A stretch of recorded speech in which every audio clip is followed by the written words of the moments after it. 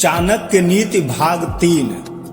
Number 1, जहां लोक यात्रा अर्थात जीवन को चलाने के लिए आजीविका का कोई साधन न हो, व्यापार आदि विकसित न हो, किसी प्रकार के दंड के मिलने का भय न हो, लोक लाज न हो, व्यक्तियों में शिष्टता उदारता न हो अर्थात उनमें दान देने की प्रवृत्ति न हो, जहां ये 5 चीजें विद्यमान न हो वहां व्यक्ति को निवास नहीं करना चाहिए। नंबर 2, काम लेने पर नौकर चाकरों की, दुख आने पर बंधु बांधवों की, कष्ट आने पर मित्र की तथा धन नाश होने पर अपनी पत्नी की वास्तविकता का ज्ञान होता है।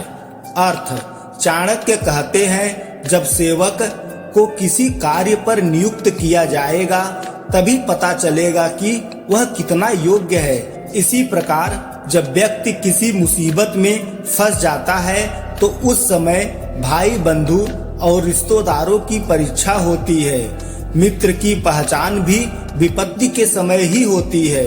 इसी प्रकार धनहीन होने पर पत्नी की वास्तविकता का पता चलता है कि उसका प्रेम धन के कारण था, यह वास्तविकता। नंबर 3, किसी रोग से पीड़ित होने पर, दुख आने पर, अकाल पड़ने पर, शत्रु की ओर से संकट आने पर, राजसभा में श्मशान अथवा किसी की मृत्यु के समय जो व्यक्ति साथ नहीं छोड़ता, वास्तव में वही सच्चा बंधु माना जाता है।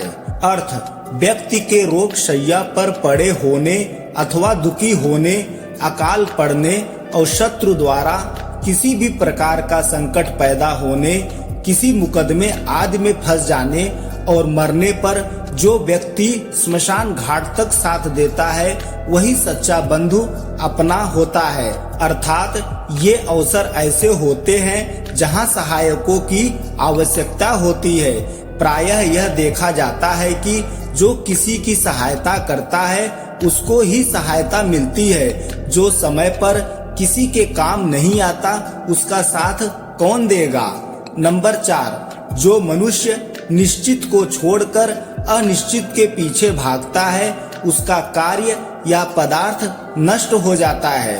अर्थ, चाणक्य कहते हैं कि लोभ से ग्रस्त होकर व्यक्ति को हाथ पांव नहीं मारने चाहिए, बल्कि जो भी उपलब्ध हो गया है उसी में संतोष करना चाहिए। जो व्यक्ति आधी छोड़कर पूरे के पीछे भागते हैं उनके हाथ से आधी भी निकल जाती है। नंबर 5, बुद्धिमान व्यक्ति को चाहिए कि वह श्रेष्ठ कुल में उत्पन्न हुई कुरूप अर्थात सौंदर्यहीन कन्या से भी विवाह कर ले, परंतु नीच कुल में उत्पन्न हुई सुंदर कन्या से विवाह न करे।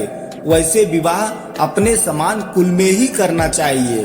अर्थ, आचार्य चाणक्य ने यह बहुत सुंदर बात कही है। शादी विवाह के लिए सुंदर कन्या देखी जाती है। सुंदरता के कारण लोग न कन्या के गुणों को देखते हैं न उसके कुल को। ऐसी कन्या से विवाह करना सदा ही दुखदायी होता है, क्योंकि नीच कुल की कन्या के संस्कार भी नीच ही होंगे। उसके सोचने, बातचीत करने या उठने बैठने का स्तर भी निम्न होगा, जबकि उच्च और श्रेष्ठ कुल की कन्या का आचरण अपने कुल के अनुसार होगा।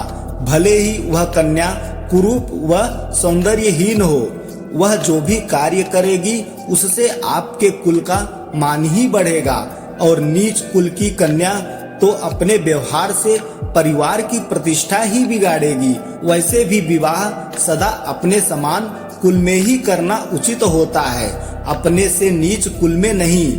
यहाँ कुल से तात्पर्य धन संपदा से नहीं, परिवार के चरित्र से है। धन्यवाद। फिर मिलेंगे ऐसे ही जानकारी के साथ अगले भाग में। जय श्री कृष्ण।